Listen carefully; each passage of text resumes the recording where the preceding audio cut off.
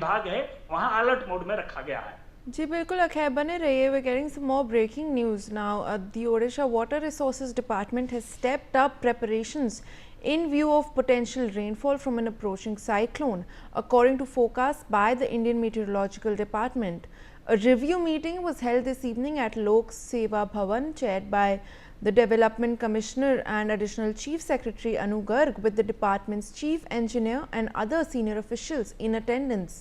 Officials were directed to closely monitor water levels in reservoirs across the state, assess inflows due to expected heavy rainfall, and plan for controlled water release to ensure safe management.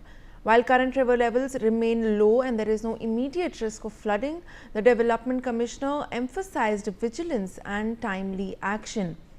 अखैर Maharana continues to be with us. Akhair, जो ये water resources department की meeting हुई है, इसके बारे में बताइए, क्या डिसीजंस लिए गए हैं, किस किस चीज़ों पर डिस्कशन हुआ है इस मीटिंग में? देखिए, जब बारिश जब 26 तारीख से शुरू हो जाएगा तो 29 तारीख तक हेवी रेन फल होने की जो संभावना जताई गई है। कहीं ना कहीं हेवी रेनफॉल होने से जो निचले इलाके हैं वहाँ जलभराव की स्थिति पैदा हो जाती है।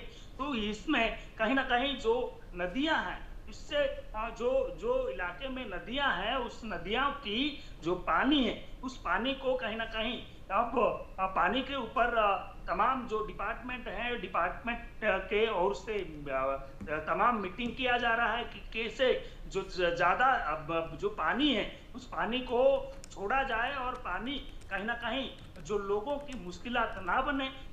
इसके लिए तमाम जो रिवर हैं वहाँ से गुजर रही रिवर को कैसे जो ज्यादा जो जल है उसको कैसे निष्कासन कर दिया जाए, उसके तहत तमाम डिपार्टमेंट की अब मीटिंग है। तो कहीं ना कहीं इसी के तहत एक मीटिंग ऑर्गेनाइज किया गया था। इसी के तहत तमाम कैसे जो इलाके हैं उस इलाके में जलभराव की स्थिति ना हो और जो नदियां हैं उसकी जो खतरे की जो स्थिति है वो ज्यादा पैदा ना हो जाए, इसके लिए एक मीटिंग ऑर्गेनाइज किया गया था।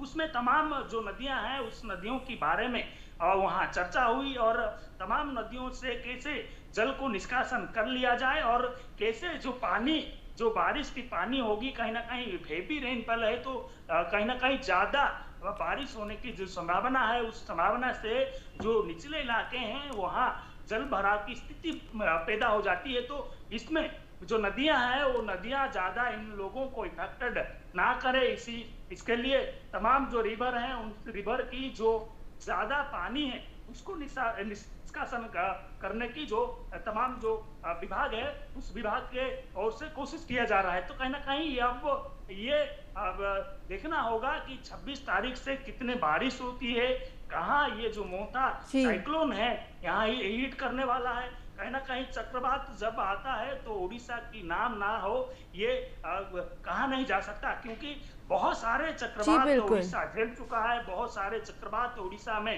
लैंडफॉल कर चुका है। तो नई बात नहीं है कि उड़ीसा में चक्रवात की जो स्थिति है वो स्थिति बन गई है, लेकिन उड़ीसा बहुत सारे साइक्लोन झेल चुका है, उड़ीसा में बहुत सारे साइक्लोन आके जा चुका है। लेकिन जो उड़ीसा के तमाम जो अधिकारी हैं, तमाम जो टीम है, वो टीम मुस्तैदी से काम कर रहे हैं। वो टीम लोगों को उन रिहायशी इलाकों में से स्थानांतरित कर लेते हैं जहां लोगों को मुश्किलात की सामना करना पड़ता है, जहां लोग मुश्किल में रह रहे हैं। तो कहीं ना कहीं अब ये देखना होगा कि चक्रवात कहाँ हिट कर रहा है, चक्रवात उड़ीसा में कितना इफेक्ट डालता है और चक्रवात के वजह से कौन सी जिला ज्यादा प्रभावित होता है और ज्यादा बारिश होने के वजह से कौन सी इलाके में ज्यादा जल भराव होकर कहीं ना कहीं बाढ़ जैसा स्थिति बन जाता है। तो कहीं ना कहीं आपको देखना ये होगा जी बिल्कुल हो रही बारिश कितने रूप लेती है और कितने ये अफेक्टेड तमाम इलाकों को करती हैं। जी, बने रहे हमारे साथ। We getting some more breaking news.